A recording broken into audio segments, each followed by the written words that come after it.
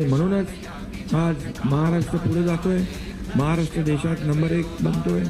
आदरणीय प्रधानमंत्री मोदीजी देखील देशाला जसं पुढे नेत आहे तसं आपण महाराष्ट्राचं देखील मोठं कॉन्ट्रीब्युशन, त्यांचं $5 ट्रिलियन आहे तर आपलं $1 ट्रिलियन. पण मी तुम्हाला एक गोष्ट सांगतो, म्हणजे आनंदाची आहे ती.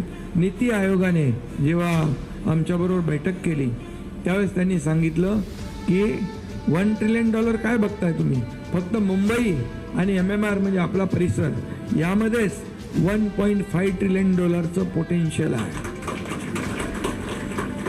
त्यामुळे महाराष्ट्रामध्ये खूप मोठ्या प्रमाणावर इन्व्हेस्टमेंट येते आहे.